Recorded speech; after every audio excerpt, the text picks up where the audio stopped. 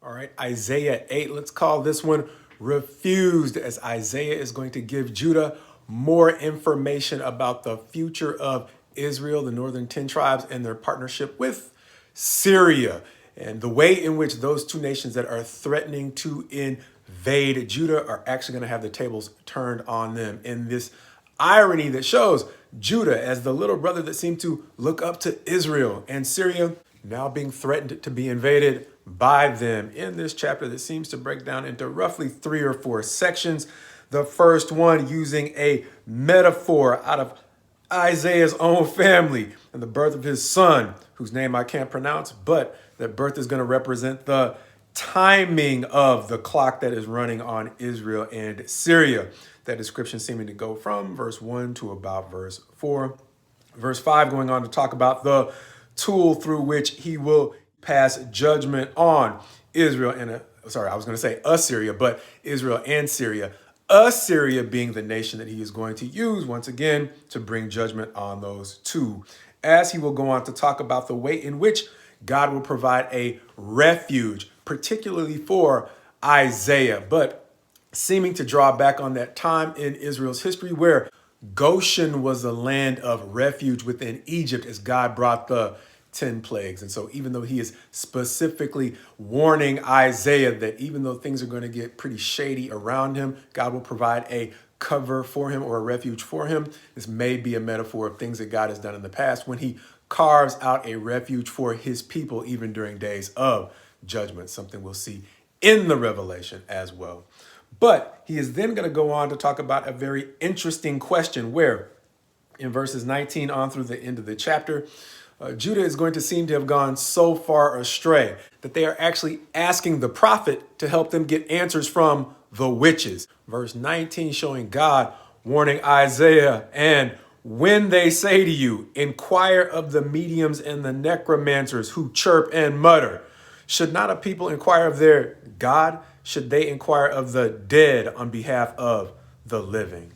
A verse that seems to build on that concept of the tool that God will use for his judgment against Israel and Syria, when in verse 5, he's going to say, the Lord spoke to me again because this people has refused, that's our title, the waters of Shiloh that flow gently.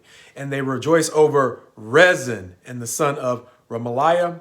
Therefore, behold, the Lord is bringing up against them the waters of the river, mighty and many, the king of Assyria. Understanding that those two kings he referred to were the leaders of Israel and Syria. Understanding that the whole concept of refusal is they seem to refuse that which was natural to them, a God who was answering them accurately through the prophets in favor of whatever seemed to appeal to them and whatever was going on in Israel and Syria. Reminding me of something I heard in looking at the story of a number of content creators, one of whom boiled down what they did in their struggle in trying to carve out a living in content creation by saying, what I say or do doesn't seem to matter as much as the amount of interest I can generate. As she went on to describe the way in which her success had her locked in what we sometimes call a prison of her own fiction. Wanting to have her genuine self on display, she could no longer make money with the truth. She had to stick with the image that she projected. A way of making money that originally seemed fun, but quickly got old.